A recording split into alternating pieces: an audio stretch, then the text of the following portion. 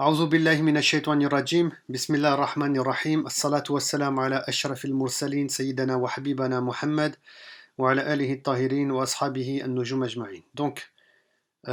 Assalamu alaikum wa rahmatullahi wa barakatuh.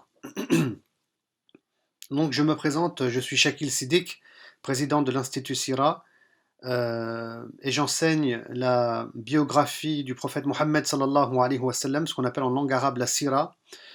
J'enseigne donc dans plusieurs institutions, dont l'IMED, l'Institut musulman d'enseignement à distance, à Chatibi aussi, à Lyon, à la mosquée d'Orly, et dans différentes institutions. Donc, je ne vais pas m'attarder sur ces différents éléments. En tout cas, j'enseigne la sira du prophète sallallahu alayhi wa sallam depuis près de 13, 14, 15 ans. Et après avoir fait de longues études dans les sciences islamiques et avoir plusieurs diplômes, hein, même en islamologie, euh, très bien. Donc, alors un instant. Très bien, donc voilà. J'enseigne et je fais aussi de la recherche dans le domaine de la sira du prophète sallallahu alayhi wa sallam. Donc, je voulais, pendant cette période de confinement, en profiter donc pour faire une introduction à la sira. Donc bon, il y a beaucoup de rappels, alhamdulillah, qui sont faits sur Internet et je salue nos chers imams qui font un travail extraordinaire, mashallah. euh, l'état de la communauté musulmane leur tient à cœur. Et donc, ils font beaucoup de rappels. Il y en a même qui se lancent dans l'enseignement de la langue arabe. Il y a plein de choses qui sont faites et je me suis dit que je devrais faire une introduction à la sira du prophète sallallahu alayhi wa sallam. Donc c'est ce qu'on va faire ensemble et on va faire ça en 5 séquences. C'est-à-dire en 5 heures. Donc peut-être qu'on rajoutera 1 heure ou deux, j'en sais rien encore en vérité. Al-Muhim, on va au moins faire 5 heures, Inch'Allah. Et c'est quoi l'objectif? Que vous compreniez, c'est que vous ayez les clés. Les clés pour comprendre la sira, la biographie du prophète sallallahu alayhi wa sallam. Comme ça, quand vous lisez un livre, vous avez des bases solides, des clés de compréhension, ce qui va vous permettre, Inch'Allah Ta'ala, d'avoir une lecture qui est bien orientée, qui est bien saine, qui est scientifique, qui est objective. Et c'est pour ça que cette introduction, en vérité, elle est nécessaire. Alors, il y a pas mal de choses qui sont techniques dans cette introduction, et donc il va falloir, Inch'Allah Ta'ala, être très attentif. Vous pouvez prendre des notes, bien entendu, chez vous. Euh, il y aura des choses complexes, mais je vais essayer bien sûr, hein, de simplifier au maximum les choses. Donc c'est ça l'objectif, que vous ayez des clés de compréhension qui vont vous permettre de décrypter, de bien lire, Inch'Allah Ta'ala, les ouvrages, mais bien entendu prendre des cours auprès d'un expert qui maîtrise le domaine. Donc il n'y a rien de mieux et ça sera toujours mieux que l'apprentissage, hein, à travers la lecture de livres. Donc on va voir plusieurs thématiques, hein. Tout d'abord je vais introduire. On va commencer aujourd'hui par parler de la définition du mot sira, parce que c'est le mot scientifique qui est utilisé.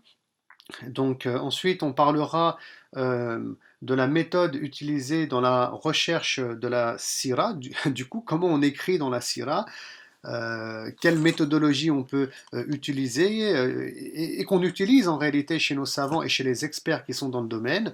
On soulèvera aussi la question de pourquoi on étudie la sira. Tiens, pourquoi c'est important, ok? Donc c'est quoi l'intérêt de cette matière-là? Voilà, déjà là, on en a peut-être pour 1 heure et demie, hein, 1 heure, 1 heure et demie peut-être déjà. Et ensuite, on verra l'histoire de la sira, parce que c'est une matière scientifique. La sira, ça n'existe pas à l'époque du prophète, hein, sallallahu alayhi wa sallam. D'ailleurs, comme les matières scientifiques de manière générale, les sciences du Coran, les sciences du hadith, les fondements du droit musulman, la théologie, ce qu'on appelle la aqidah, c'est des sciences qui vont apparaître à un moment donné dans l'histoire de l'islam, avec des experts qui vont écrire, qui vont développer, qui vont soulever des questions. Et donc la sira, c'est pareil, ça apparaît à un moment donné, on écrit dessus, il y a une évolution, et tout ça, on va le voir ensemble, Inch'Allah. On va le voir ensemble, Inch'Allah, et puis ça sera l'occasion de parler de certaines œuvres de référence qui sont écrites en langue arabe dans le sujet. Ça sera aussi l'occasion de voir des livres qui sont écrits en français sur la thématique, parce que très souvent on me pose la question, même ici sur notre page, par rapport donc aux livres. Hein, c'est quoi, quel livre yani je conseille à la lecture, hein. On a le Nectar cacheté, on a le livre comment dire, on en a plein. On a le livre de Ibn Hisham et d'autres encore. Donc, Inch'Allah, on aura un cours aussi spécifique, une intervention spécifique par rapport à cette thématique. Alors, l'objectif, ce ne sera pas de présenter chaque bouquin, hein, comme celui de Mohamed Hamidullah, Fiqh as-Sira, etc. Mais on va en parler. Mais de parler de la spécificité de chacun de ces ouvrages, Inch'Allah. Hein, comme ça, on va apprendre aussi à décrypter un peu les livres, le monde des livres, le monde des auteurs et la spécificité de chacun des livres. On ne va pas faire tous les livres étant donné qu'il y en a vraiment beaucoup. Et puis ensuite, Inch'Allah, on parlera du contexte de l'époque du prophète, hein, sallallahu alayhi wa sallam, et j'entends par là le contexte politique, le contexte social, le contexte économique, et bien sûr le contexte tribal, autant d'éléments qui vont vraiment nous permettre de mieux comprendre qui était le prophète sallallahu alayhi wa sallam, à qui il a affaire, comment la société, entre guillemets, parce qu'on n'a pas vraiment de société à l'époque, elle est organisée, et tout ça, ça va nous donner des clés de lecture, de compréhension de la sira, même de l'islam, hein, en réalité, de manière générale. Voilà, donc on verra donc ces différents contextes, hein, politiques, etc. Il y aura des cartes aussi. Je vous mettrai des cartes, vous inquiétez, des belles cartes. Peut-être que j'en mettrai une aujourd'hui, tout à l'heure, j'en sais rien, mais il y aura des cartes, Inch'Allah. Comme ça, vous pourrez suivre. Hein. Hein, par exemple, allez, je vais vous en montrer une rapidement. Hein, moi, j'aime bien les cartes, hein, pour ceux qui me connaissent. Vous avez cette belle carte qu'on va pouvoir étudier ensemble. Hein, on verra ici, par exemple. Qui sont les Byzantins, qui sont les Sassanides, ou là, t'as Médine, là, vous avez Khaybar, là, vous avez la Mecque, le Yémen. Donc, on verra, Inch'Allah Ta'ala, avec précision toute cette carte pour qu'on ait bien entendu un visuel, hein, par rapport donc à tous ces endroits importants, ces lieux importants qu'on retrouve dans les ouvrages de Sira. Puis on parlera aussi de l'histoire de la Mecque, bien sûr, depuis l'époque de Ibrahim alayhi salam, comment l'idolâtrie est apparue, parce que, et c'est quoi l'idolâtrie aussi, hein, à l'époque du prophète, sallallahu alayhi wa sallam, puisqu'on verra qu'il ne s'agit pas seulement d'adorer des statues, mais il y a tout un système social, économique qui tourne autour, hein, qui est tyrannique en réalité, et basé sur beaucoup d'injustices. Après avoir parlé de la Mecque, de l'histoire de la Mecque, des esclaves, des confédérés, des catégories sociales, des fonctions honorifiques, etc., on dira un mot sur les ascendants du prophète sallallahu alayhi wa sallam, et puis on aura terminé cette introduction. Voilà, donc ça va nous prendre 5 heures minimum, ça c'est sûr. Est-ce que ça va nous prendre plus? Inch'Allah Ta'ala, écoutez, moi je suis ouvert sur Inch'Allah Ta'ala ce samedi soir 20h30. Je suis confiné chez moi aussi. J'ai beaucoup l'habitude de voyager, alhamdulillah. Allah subhanahu wa ta'ala, bah, il m'a mis ici sur une chaise. Hein, actuellement, je donne beaucoup de cours en e-learning à travers mes activités. Je me suis dit, voilà, on va en profiter pour faire quelque chose aussi. Hein, pour tout le monde, ouvert, open, yani, pour tout le monde, Inch'Allah. Quelque chose de scientifique, Inch'Allah. Et on verra où ça va nous mener. Peut-être qu'après l'intro, on fera autre chose, on va démarrer un autre cours, mais pas forcément sur la vie du prophète sallam. Donc, Inch'Allah, qu'Allah y mette la baraka dans notre projet et à l'Institut Sira. Et je remercie aussi vraiment toute l'équipe, hein, de l'Institut Sira, subhanallah. Vous savez pas, il y a des frères, des sœurs, vraiment, ils ont travaillé, hein, énormément pour qu'on utilise un programme spécifique, pour qu'on puisse introduire les cartes aussi, etc., à travers l'intervention que je vais faire. Et c'est sur Facebook, donc il y a mashallah, des frères, qu'Allah subhanahu wa ta'ala, et des sœurs, qu'Allah subhanahu wa ta'ala les récompense pour ce travail qu'ils font dans la voie d'Allah subhanahu wa ta'ala, pour que le message de l'islam puisse parvenir au maximum de frères et de sœurs. Donc sans tarder, on va commencer par le mot sira. Voilà, on va commencer par le début. Alors la sira, c'est ce qu'on étudie, c'est le mot qui est utilisé en langue arabe, hein, la sira. Alors c'est quoi la sira? Qu'est-ce que ça veut dire la sira? Oui, parce que tout d'abord, on est en train de parler d'islam. Donc, qui dit islam dit Mohammed sallallahu alayhi wa sallam, qui est dans la péninsule arabique, dit le Coran qui est révélé en langue arabe, et donc c'est dans un contexte linguistique, donc arabe, que l'islam naît, se développe, et les sciences naissent et se développent. Donc nos savants, dès le premier siècle de l'islam, enfin non, oui, on va dire tardivement, parce que le mot sira, il arrive tardivement en tout cas. En tout cas, très rapidement, je rentrerai dans ces détails techniques plus tard. Très rapidement, il y a le mot sira qui apparaît et c'est le nom qui est donné jusqu'à aujourd'hui à cette matière scientifique, as-sira. Donc, ça veut dire quoi, la sira? La sira, euh, ça désigne une manière de faire et de procéder. Donc ça, c'est en langue arabe. Là, j'insiste bien, en langue arabe, ça désigne une manière de faire et une manière de procéder. On trouve d'ailleurs ce sens, hein, donc avec le sens de tariqa, si vous voulez, dans le célèbre dictionnaire de Ibn Manzour qui s'appelle Lisan al-Arab, une manière de faire et de procéder. Je répète, c'est en langue arabe. Maintenant, dans l'islam c'est une religion, hein, et dans l'islam, le mot sira, bien entendu, il va porter un sens qui est différent, qui est religieux, mais qui a une relation avec son sens linguistique. Donc ça va être aussi une manière de faire, de procéder. Mais quoi précisément en islam? C'est-à-dire que c'est l'étude de la manière de faire du prophète, sallallahu alayhi wa sallam, la manière de procéder du prophète, sallallahu alayhi wa sallam. C'est cette étude-là qui font de lui un exemple à suivre.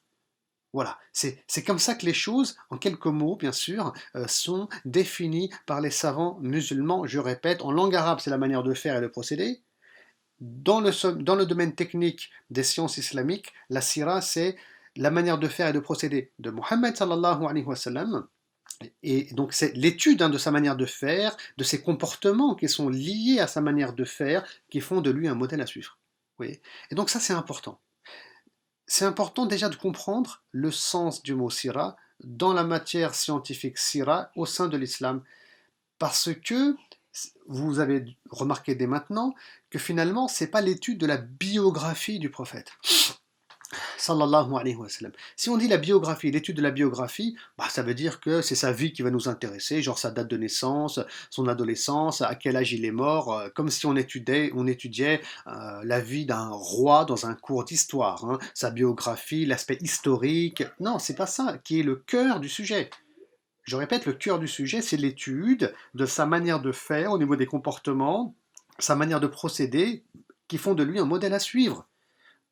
Hein, Allah subhanahu wa ta'ala, dans le Coran, il a fait du prophète sallallahu alayhi wa sallam une uswatun hasana, ou bien qudwatun hasana, un modèle à suivre, un beau modèle. Naam. Donc c'est ça qui va nous intéresser à travers, bien sûr, la sira du prophète sallallahu alayhi wa sallam et tout ce qui va rentrer dans cette sphère. Et non pas seulement sa biographie historique. Ceci étant dit, j'aimerais ici ouvrir une parenthèse aussi et vous donner un conseil qui est général. C'est que n'importe quelle comment dire, thématique dans les sciences islamiques que vous allez étudier dans votre vie ou lire, comme par exemple le droit musulman.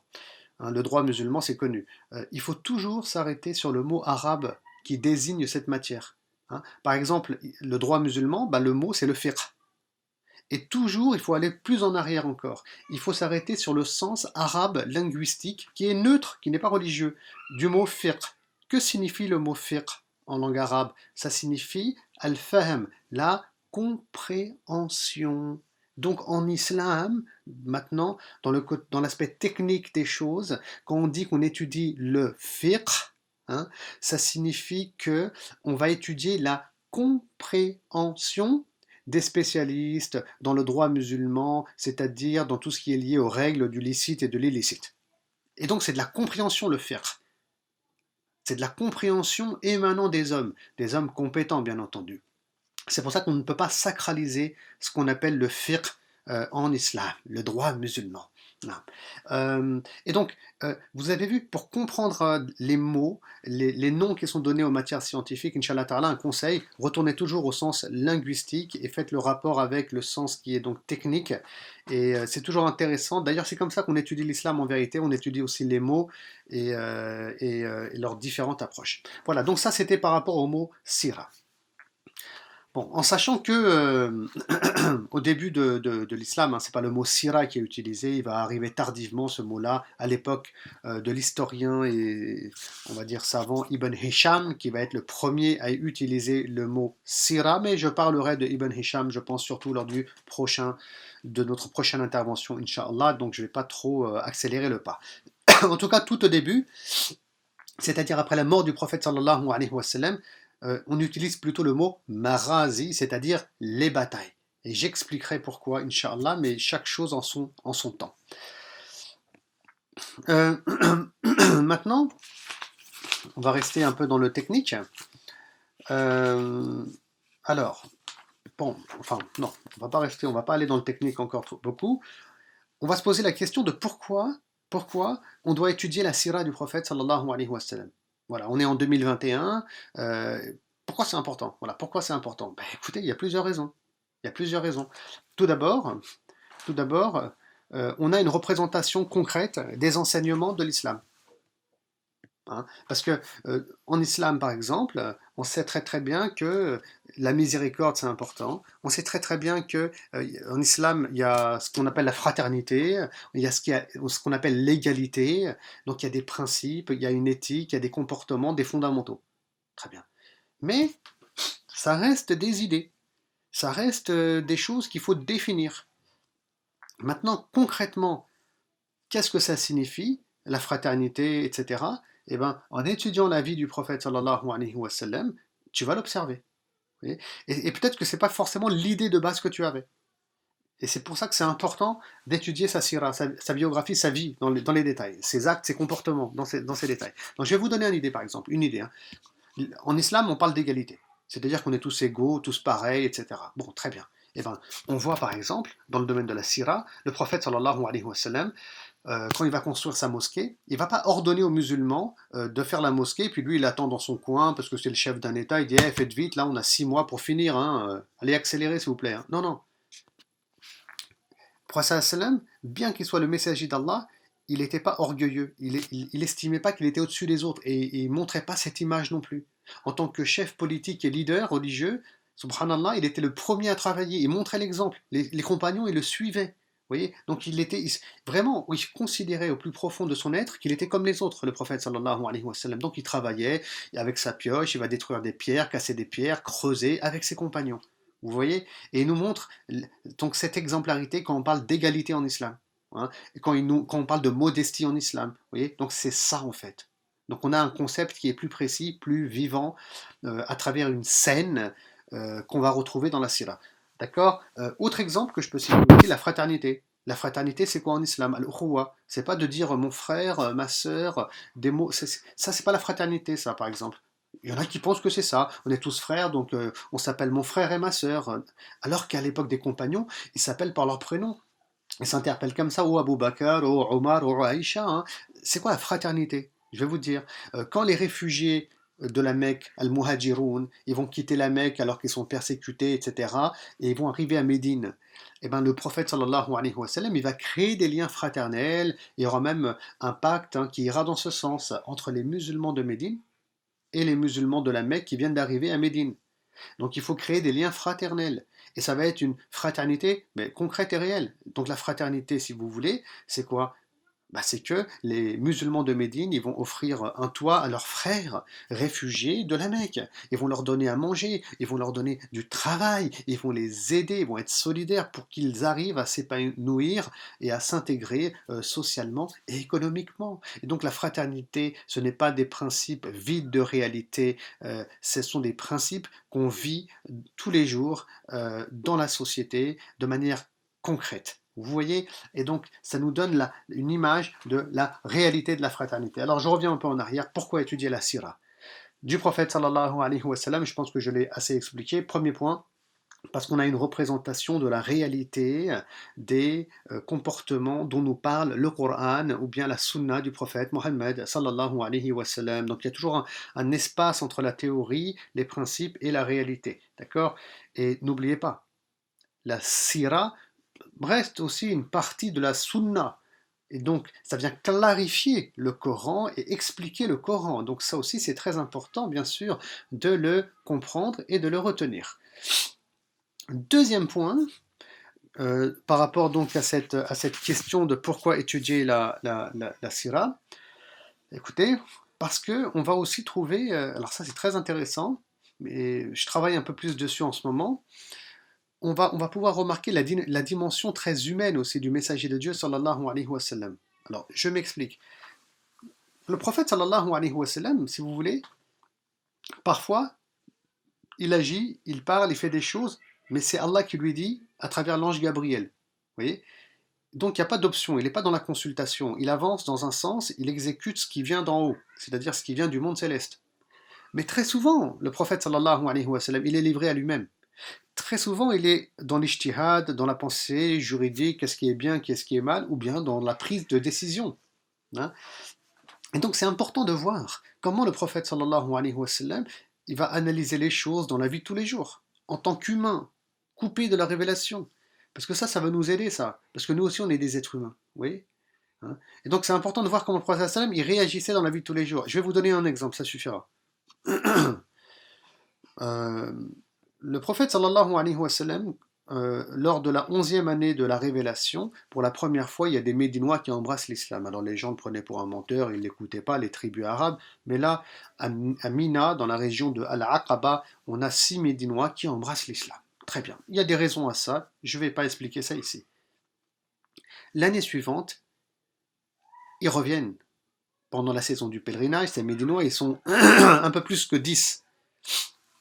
Là, le prophète sallam, il se dit waouh, ils sont revenus, le nombre de musulmans il a doublé. Cette fois-ci, il va envoyer pendant un an un compagnon sur place à Médine qui s'appelle Mus'ab ibn Umayr. Et l'année d'après, et on est en l'an 13 de la révélation, il y a plus de 100 Médinois qui viennent. Et Mus'ab, il a réussi sa mission avec des chefs aussi de Médine qui sont devenus musulmans. Donc il y a une opportunité ici importante pour que le prophète sallallahu alayhi wa sallam vienne s'installer à Médine, même gouverne dans la ville de Médine avec les principes de l'islam. Et c'est énorme. Donc le prophète sallallahu alayhi wa sallam, quand il voit ce qui s'est passé en l'an 11, puis en l'an 12, puis en l'an 13, et donc il voit qu'Allah, il est en train d'orienter vers ça. Il regarde les signes d'Allah subhanahu wa ta'ala, il observe. Allah est feu vert, feu vert, feu vert. Et donc, le prophète sallam, il veut aller à Médine. Et il sait qu'il ira à Médine. Il ne va pas chercher à comprendre autre chose, car c'est un message qui est envoyé par Allah subhanahu wa ta'ala à travers des signes qui sont faciles à capter. Et ça, c'est un message aussi pour nous, mais je ne vais pas m'attarder sur cette thématique. C'est-à-dire qu'il y a plein de signes autour de nous, qu'Allah subhanahu wa ta'ala, il envoie à ses créatures. Et celui qui est élevé sur un plan spirituel, qui connaît Dieu, qui connaît sa religion, qui est proche d'Allah, et ça, c'est des choses accessibles en vérité pour les croyants. Ils peuvent, ces gens-là, donc interpréter les signes d'Allah. Et des fois, ils sont tellement simples à interpréter, parce que tous les feux sont verts. Et nous, des fois, on veut... Hein, quand Allah il nous montre qu'il faut tourner à droite, nous, on va tourner à gauche. Vous voyez et donc le prophète sallam, c'est intéressant d'étudier sa vie pour voir comment il analysait ça. Et puis il y a d'autres exemples qu'on pourrait citer aussi, quand il agit en tant qu'être humain, dans son ijtihad, dans son positionnement. Et là aussi, il y a une source d'exemplarité chez Mohammed sallallahu alayhi wa sallam. Le troisième point maintenant, le troisième point, c'est que quand on étudie l'histoire, comment dire, la sira du prophète sallallahu alayhi wa sallam, un des grands intérêts, c'est qu'on va connaître l'histoire des premiers temps de l'islam. C'est très important ça. L'histoire, l'histoire, l'histoire. Ce sont nos racines. Ce sont nos racines. Hein. Je dis nos racines. Vous savez, moi je suis né en France. Je suis né en France en 1976, pour vous dire. Hein. Je suis d'origine pakistanaise. Et c'est des choses, des fois, comment dire, qui sont compliquées. Quand on va au Pakistan, on nous prend pour des Français. Quand on est en France, bon, bah, on nous prend aussi pour des étrangers, parce que, bon, bah, il y a la couleur de peau, il y a des choses qui font que. Hein. Euh, donc, la vie, parfois, elle est compliquée par rapport à l'identité qu'on a. Est-ce qu'on est pakistanais, ou bien pareil pour un Algérien ou un Marocain, hein, problème d'identité profond. Est-ce qu'on est français, on est là, on nous prend toujours pour un étranger, comme si on était finalement un voyageur dans un avion. Donc on n'a pas. Et ça, c'est dur à vivre en réalité parfois, de ne pas avoir une patrie qui est fixe, qui est claire, qui est une Oumma qui est claire. Et bon, ben moi je dis souvent, oui, peut-être qu'on est de nationalité française, d'accord, mais il y a, comment dire, une communauté à laquelle on appartient.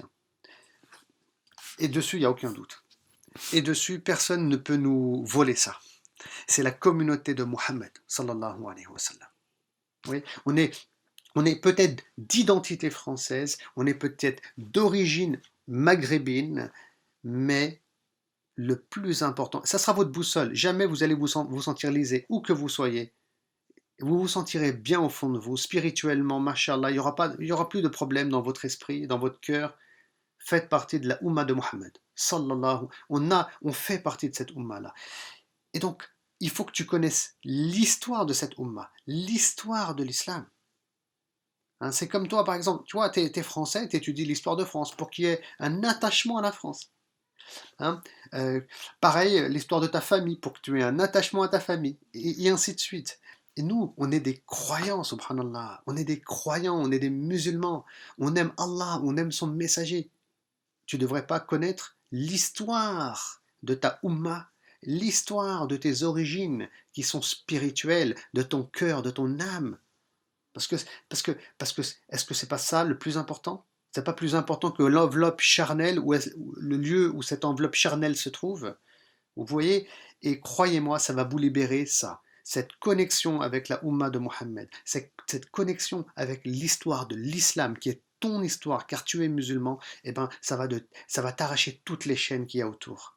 Des chaînes posées par les hommes, par les créatures de Dieu, par cette dunya. Donc c'est libérateur. À nous d'apprendre l'histoire de Mohammed sallallahu alayhi wa sallam, l'histoire de notre religion, et ça va nous donner des ailes, ça va nous permettre d'aller plus loin. Vous savez, il n'y a pas de frontière entre nous, notre époque, et le prophète Mohammed sallallahu alayhi wa sallam. Sachez qu'il n'y a pas de frontière.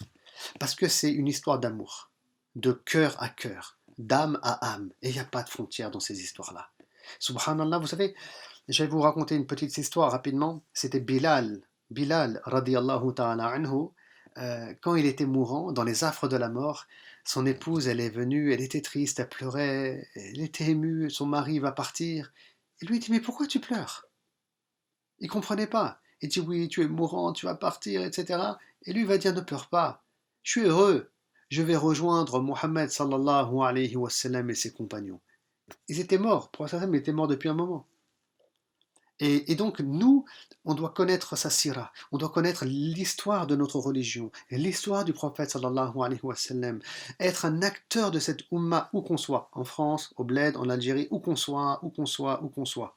Et quand on va mourir, eh ben nous aussi, on doit dire Alhamdulillah, je quitte ce bas monde, Alhamdulillah, je rejoins Mohammed sallallahu alayhi wa sallam et ses compagnons. Non. Donc c'est important de connaître l'histoire des premiers temps de l'islam, c'est notre identité en réalité en tant que croyant. Ensuite, le point numéro 4, euh, donc apprendre et comprendre la sira du prophète sallallahu alayhi wa sallam va nous permettre de comprendre aussi les versets du Coran. Non, les versets du Coran. Alors, je vais vous donner peut-être un exemple, Inch'Allah.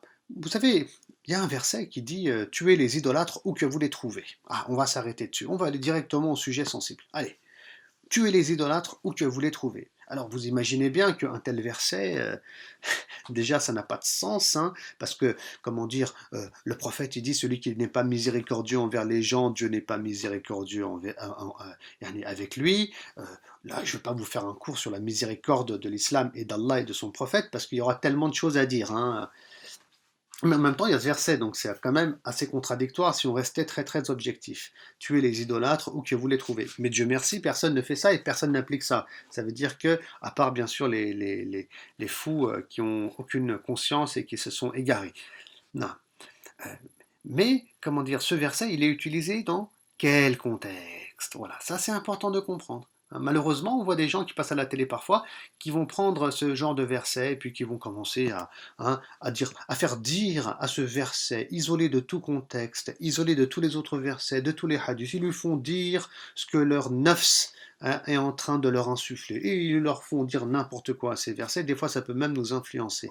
Et donc, c'est important de comprendre le contexte pour ne pas être influencé, pour répondre éventuellement à ces attaques. Hein. Donc, si Allah il nous donne la légitimité, etc. Donc, tuez les idolâtres, où que vous les trouvez. Donc, je vais vous dire, ça se passe, comment dire, vers l'an 9, hein, enfin l'an 9 de l'Hégire. En fait, il y avait eu une période de guerre avec les Qurayshites. Hein. Donc, Quraysh, c'est la tribu qui vivait à la Mecque. Hein, je reviendrai dessus plus tard, Inch'Allah. Avec les Qurayshites, il y avait eu une guerre. Bon, il y a eu des batailles, la bataille de Badr, etc. Les guerres et les batailles n'ont jamais été voulues par le prophète sallallahu alayhi wa sallam, donc il y a eu une autorisation de prendre les armes, de se défendre à un moment donné dans l'histoire. Enfin bref, euh, donc il y avait un contexte de guerre. Et les Mécois, ils avaient plein de tribus qui étaient alliées à eux et qui combattaient les musulmans qui étaient à Médine avec l'État. Très bien. Et à un moment donné, le prophète sallallahu alayhi wa sallam, donc, il va, écoutez bien, réussir à signer des accords de paix avec Quraysh, avec ses ennemis. Alhamdulillah. Ça s'appelle le traité de paix de Hudaybiyah, car il est signé à Hudaybiyah dans la banlieue mécoise. Et on a beaucoup de tribus qui vont, comment dire, intégrer ce pacte de paix.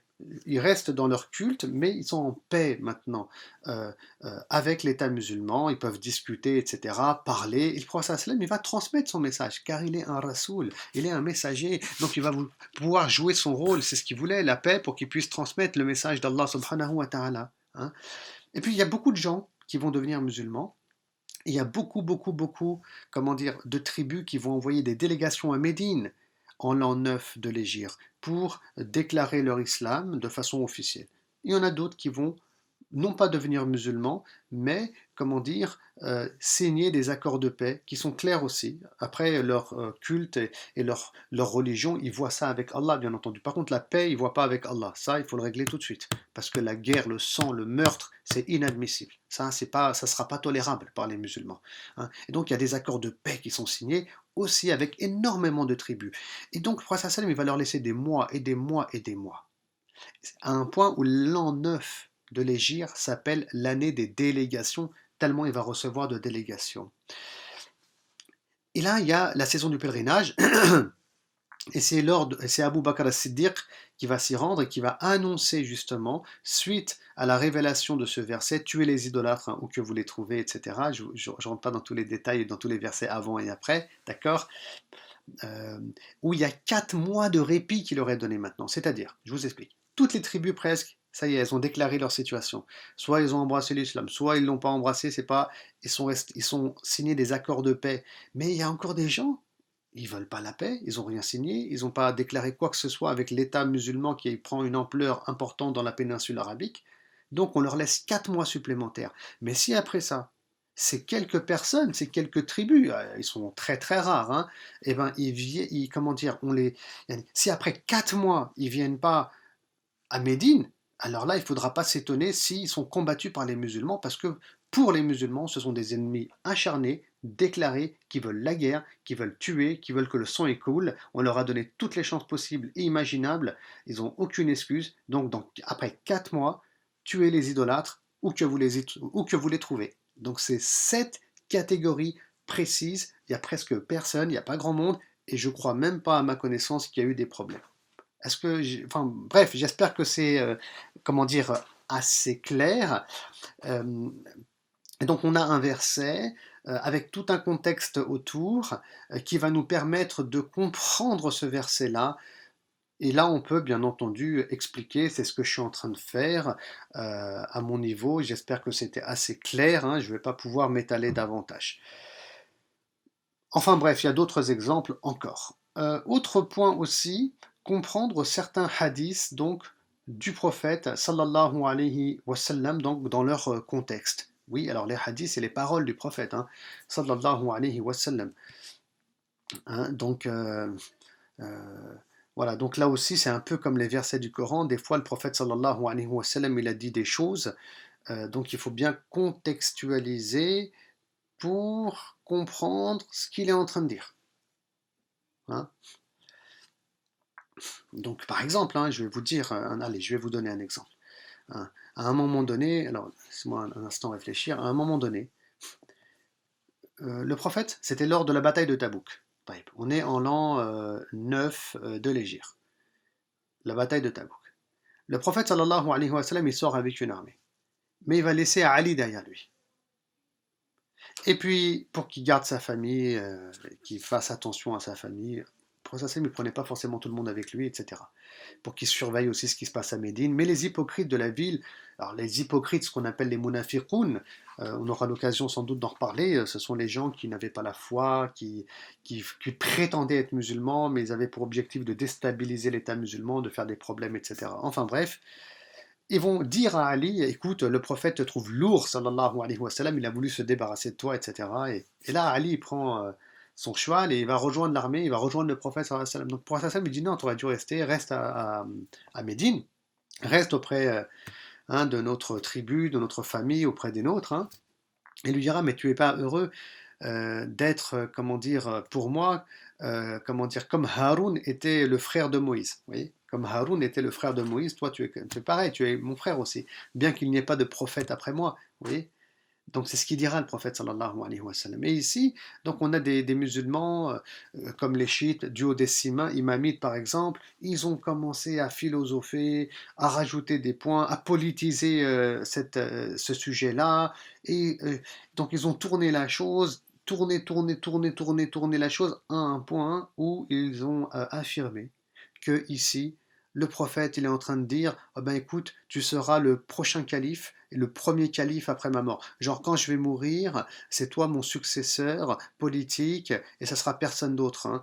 Parce que soi-disant, donc Haroun, il est devenu le successeur ensuite de Moïse. Donc je vous dis, tire le sujet par les cheveux, mais c'est pas du tout le contexte. Hein. Vous voyez, donc il y a rien. Le prophète Hassan, il n'a pas parlé de succession politique, il n'a pas dit du tout, il n'a rien dit qui va dans ce sens.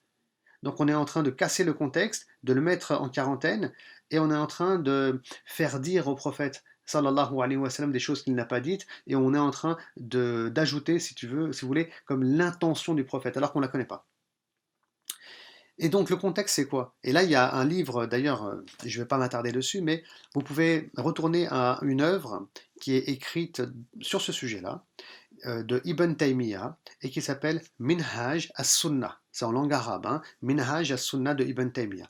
Où Ibn Taymiyyah va reprendre, vous savez, tous ces versets du Coran ou toutes ces paroles du prophète, sallallahu alayhi wa sallam, qui ont été exploitées par les chiites imamites afin qu'ils, comment dire, attaquent l'islam sunnite et pour qu'ils, comment dire, essayent, c'est un peu les objectifs qu'ils ont dans le chiisme, vous savez, de convertir les sunnites au chiisme. Hein. Donc il reprend Ibn Taymiyyah les différents sujets, comme celui-ci d'ailleurs, hein, et ensuite il les recontextualise et il explique en fonction du contexte dans lequel le prophète sallallahu alayhi wa sallam il a parlé. Alors du coup ici, justement, c'est quoi la sira? Qu'est-ce qu'elle nous dit la sira? Ben, la sira elle nous dit que le prophète sallam il allait à Tabouk, donc il allait quitter sa communauté avec ses hommes, il allait partir comme Moïse est parti sur le mont Sinaï. Hein. Mais quand il est parti sur le mont Sinaï, derrière il avait laissé son frère. Et Ali, il était le cousin du prophète, il était marié à sa fille Fatima, il était comme son frère aussi, etc. Et donc il a laissé Ali auprès du peuple, comme Moïse, il a laissé Haroun auprès de son peuple quand il est parti sur le mont Sinaï. Puis quand il est revenu, ben, la vie elle a continué, c'est tout. Il y avait rien de spécial, c'est ça le contexte. Hein, n'es-tu pas heureux d'être comme Haroun a été avec Moïse? Et là c'est pareil, je m'en vais, je vais revenir et je te laisse derrière, tu es comme mon frère. Mais ça n'a pas, encore une fois, de connotation politique. Ça ne veut pas dire qu'il sera le premier calife. Donc, donc je ne vais pas m'attarder dessus, je pense que j'en ai assez dit. Donc, la sira du prophète et son étude, le contexte de la bataille de Tabouk, etc., de ce qui s'est passé à Médine, machin, va nous permettre de comprendre les paroles du prophète sallallahu alayhi wa sallam. Ça, c'est qu'un exemple, mais on pourrait citer plein d'exemples, et pas forcément avec le schisme, mais franchement dans d'autres encore, enfin d'autres paroles qu'il a dites le prophète sallallahu alayhi wa sallam, qui peuvent être extrêmement mal comprises. Extrêmement mal comprises si on le coupe du contexte. Mais c'est comme aujourd'hui en fait. Hein. Vous savez, même là depuis tout à l'heure je parle, hein, il suffirait qu'il y ait quelqu'un de mal intentionné qui vienne, il fait une coupure voilà, de vidéo là, de 5 secondes, et il enlève tout le contexte derrière, et il balance ça sur une émission de télé, et il me fait dire plein de choses que je n'ai pas dites. Bon, bah c'est de l'arnaque. Hein. C'est du sophisme, comme on dit, mais ça, c'est des pratiques, malheureusement, de communication malsaines qui sont employées à notre époque. Voilà, malheureusement. Hein, il y a des gens comme ça, il y a des gens comme ça. Donc, pour éviter ça, Inch'Allah Ta'ala, bah, il faut étudier la sira du prophète, sallallahu alayhi wa sallam. Hein, ça, c'est pour éviter ça par rapport à Mohammed, sallallahu alayhi wa sallam. Voilà, voilà, voilà. Donc, je vais récapituler peut-être. Donc, après avoir étudié le mot sira ensemble, on a parlé donc, on a soulevé la question de pourquoi étudier la sira du prophète sallallahu alayhi wa sallam. Je pense que j'ai voilà, j'ai dit quoi donc on a une idée, comment dire, de la, on va dire on a une représentation concrète des principes de l'islam qu'on va retrouver dans les textes. Deuxième point, on a dit, deuxième point, excusez-moi, je regarde, hein, On a vu comment le prophète sallallahu alayhi wa sallam y réagissait en tant qu'être humain. Le troisième point, on a une idée de l'histoire des premiers temps de l'islam. Quatrième point, pardon, on a le contexte coranique des versets du Coran, enfin dans la mesure du possible. Et le cinquième point, on va comprendre certains hadiths du prophète sallallahu alayhi wa sallam, donc de façon plus efficace et plus détaillée. Alhamdulillah. Donc on a vu quand même pas mal de choses aujourd'hui, mais on continue et on va prendre encore un quart d'heure, Inch'Allah ta'ala, ou 10 minutes peut-être. Hein. Et puis après, Inch'Allah, on verra. Hein, peut-être s'il y a des questions, Inch'Allah, on verra tout ça. Alors maintenant, j'aimerais parler de la méthodologie. Hein. On va commencer ce sujet, peut-être qu'on le terminera la prochaine fois, je ne sais pas, c'est possible. De la méthodologie à suivre pour comprendre la sira du prophète Mohammed sallallahu alayhi wa sallam. Euh, alors, quelle méthodologie suivre, comment faire pour avoir une maîtrise, une bonne compréhension de la sira, etc. Hein, voilà, comment on fait. Donc, euh, comment on écrit la sira, comment on fabrique la sira. Parce que la sira, c'est une fabrication. On aura l'occasion de le détailler. Parce qu'à l'époque quand le prophète sallam il meurt, les compagnons ils vont transmettre des choses à leurs élèves, mais ils vont transmettre aussi des éléments liés aux batailles. C'est pour ça qu'au début on parle de al-Maghazi. Je reviendrai sur l'histoire de la Sira lors du prochain cours. On parle de al-Maghazi, les batailles. Mais après on va ajouter des éléments. À peine un siècle plus tard avec Ibn Hisham, ça devient la Sira. Donc on a rajouté des éléments biographiques, on a rajouté des éléments liés au comportement du prophète, sallallahu alayhi wa sallam, on a rajouté des éléments liés à la biographie des compagnons. Quand vous lisez un livre de Sira par exemple, hein, vous l'ouvrez, dans la période mécoise, tout le monde, c'est systématique presque, hein, il y a un chapitre sur la conversion de Omar ibn al-Khattab et sur la conversion de Hamza. Oui. Donc ça, c'est les auteurs. Moi, on pourrait l'enlever, on pourrait mettre la conversion de Aïcha, par exemple, hein, et la conversion, je sais pas moi, de quelqu'un d'autre, hein, de Khalid ibn al-Walid, pourquoi pas. Donc à chacun de... Donc c'est de la construction. Oui, on peut enlever des éléments, on peut rajouter des éléments. C'est de la construction, mais bien sûr, qui doit être faite par des experts hein, qui sont qualifiés dans le domaine et pas par le premier venu. Et donc, la sira, comment dire, c'est quoi les éléments à prendre en compte sur un plan méthodologique pour avoir une bonne vision, une bonne compréhension de la sira. Donc c'est ce qu'on va voir maintenant, Inch'Allah, ensemble. Alors, un instant. Donc, je regarde quelque chose. Non.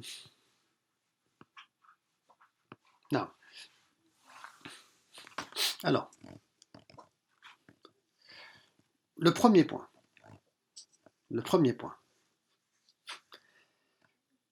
Il est important de comprendre la sira du prophète sallallahu alayhi wa sallam à la lumière du Coran. Je crois qu'on va aborder peut-être que le premier point parce qu'il est long déjà. Et en tout, il y a 6 points à aborder. Je vais juste aborder le premier point, après on passera aux questions. Et Inch'Allah, ça sera... Je laisse le suspense, Inch'Allah. Samedi prochain, 20h30, samedi prochain, 20h30, j'aborderai les autres points. 2, 3, 4, 5, 6. Inch'Allah. Et après, il y aura les cartes, promis. J'y tiens les cartes. Le plus intéressant reste à venir. Écoutez bien. Le premier point essentiel, quand on écrit sur la sira, quand on réfléchit la sira, quand on lit la sira, c'est de comprendre la sira à la lumière du Coran. Donc le Coran, il doit rester une source fondamentale. Et il y a des passages du Coran qui reviennent sur la sira. Vous savez, dans la sourate 3, par exemple, Ali Imran, il y a des versets qui parlent de la bataille de Badr. Il y a des versets qui parlent de la bataille d'Uhud aussi. Dans la sourate Al-Ahzab, les coalisés, on a des versets qui parlent d'une bataille qui s'appelle la bataille des coalisés.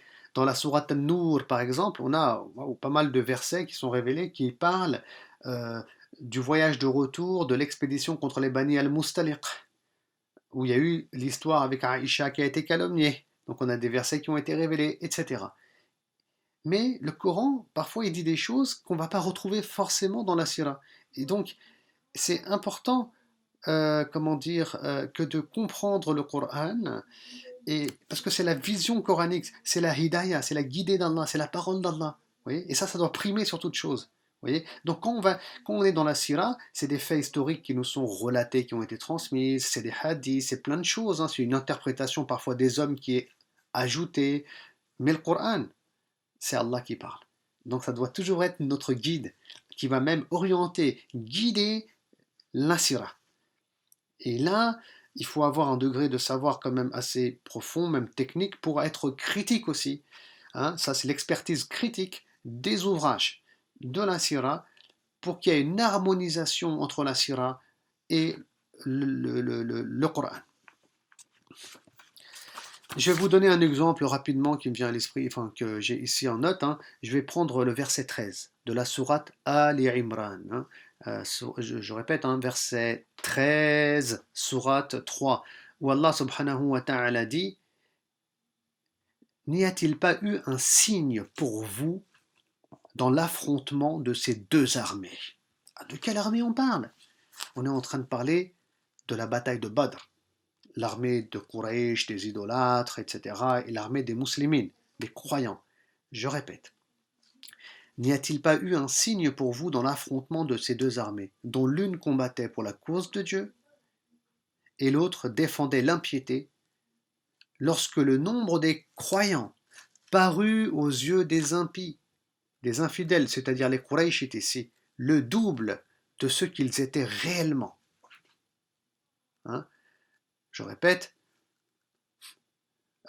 lorsque le nombre des croyants parut aux yeux des impies, le double de ce qu'ils étaient réellement. Dieu prête son assistance à qui il veut. À qui il veut. Voilà bien une leçon à méditer pour des esprits clairvoyants.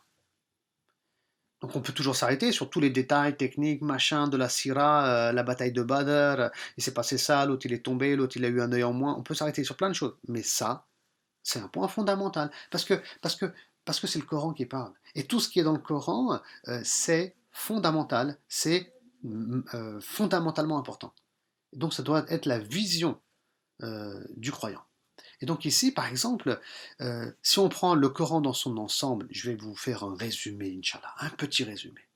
Si on prend le Coran dans son ensemble, Allah il nous dit très souvent qu'il est avec les croyants, mais pas n'importe qui. Allah, il est avec les croyants qui luttent dans sa voie. Allah, il est avec les croyants qui lui obéissent lorsqu'ils sont éprouvés. Allah, il est avec les croyants qui sont patients. Inna Allah ma'as sabirin. Allah, il est avec les parents, avec les croyants, excusez-moi, qui sont, comment dire, persévérants, à thabat, qui l'invoquent. C'est avec eux qu'Allah il est. Et quand Allah il est avec eux, il intervient. Il intervient de lui-même, ou bien il envoie des anges aussi. Vous voyez, tout ça c'est le. Et on pourrait écrire un livre très rapidement sur cette thématique, hein, tellement il y a des versets qui mettent en avant ces différents éléments. Et bien ici, c'est pareil. C'est-à-dire que le Coran nous dit que quand comment dire, les négateurs ils étaient en face des croyants, ils ont vu le double. Donc c'est un effet, comment dire, d'illusion qu'il y a eu. Hein?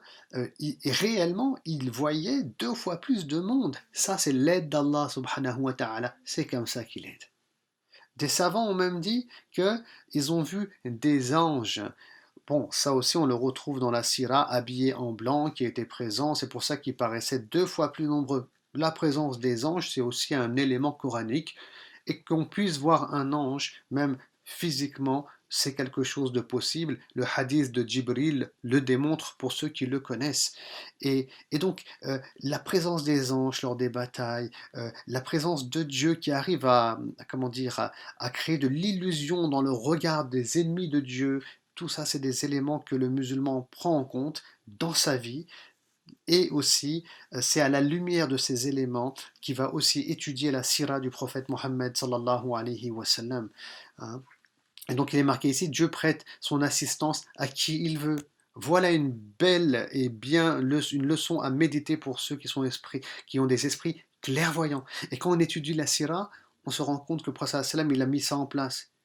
Ça s'est plus ou moins bien passé à Badr, mal passé à Uhud, puisqu'il y a eu la désobéissance quand même de 40 archers. Donc il y a eu des problèmes à Uhud.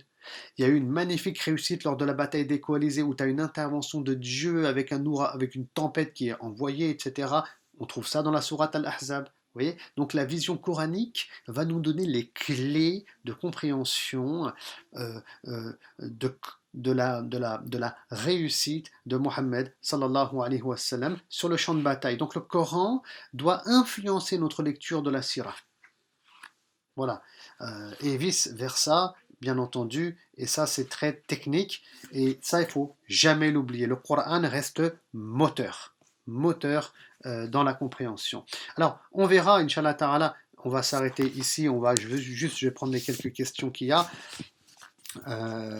On verra qu'il y a d'autres éléments aussi à prendre en compte, comme l'unanimité des experts de la Sira, donc parfois ils ont des propos unanimes, par rapport à ce qui a été transmis par les historiens, ça aussi c'est à prendre en compte.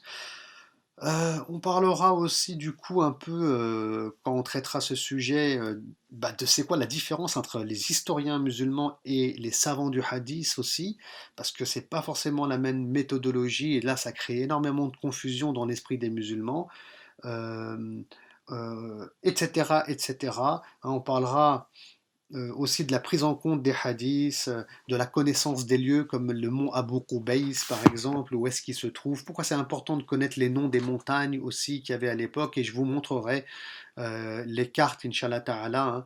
Donc vous avez vu, comment dire, par exemple le mont Abu Qubays, hein, j'aurai l'occasion, Inch'Allah Ta'ala, de vous le montrer. Alors un instant, voilà, je ne suis pas encore habitué à mon outil. Ça c'est une carte qu'on va avoir l'occasion d'étudier ensemble. Hein.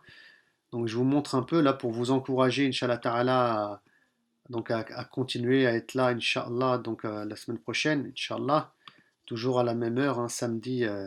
Donc vous avez vu, le mont Abu Qubays, c'est une montagne qui est là, on verra pourquoi elle est là, enfin on verra c'est quoi cette montagne, c'est quoi son importance, qu'est-ce qui s'est passé. La montagne de Qa'an, enfin Qa'an, Inch'Allah, on verra les noms de ces montagnes. Pourquoi c'est important de connaître les noms des montagnes? Parce que parfois on estime que c'est pas important, enfin c'est ce que certains pensent, mais Inch'Allah Ta'ala, je vais vous démontrer le contraire. Hein. Voilà, voilà. Donc, je vais regarder un peu les questions. Et puis, Inch'Allah Ta'ala, on va s'arrêter là.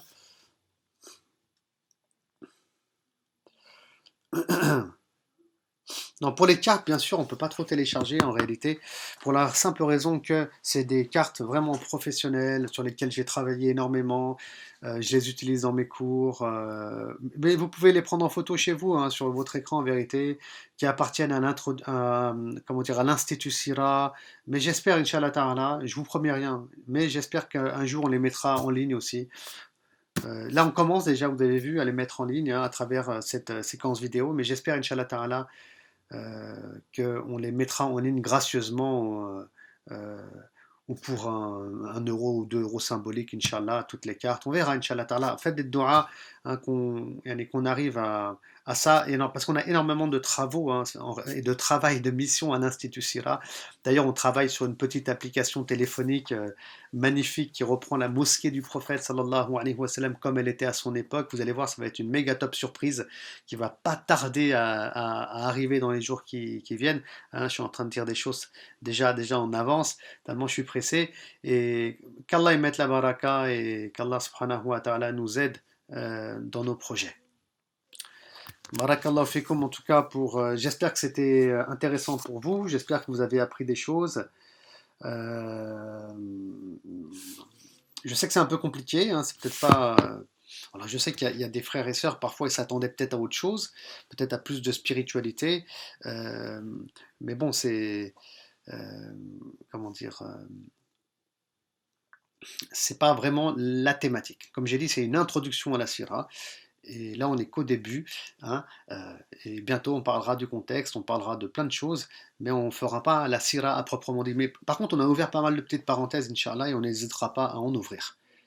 Barakallahu fikum pour votre attention. Qu'Allah subhanahu wa ta'ala vous préserve. Vraiment, qu'Allah il vous préserve pendant cette période de confinement qui est une période difficile, bien entendu.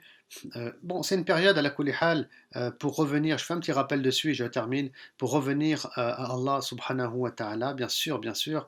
C'est un rappel qui nous est fait. On est chez nous, en confinement.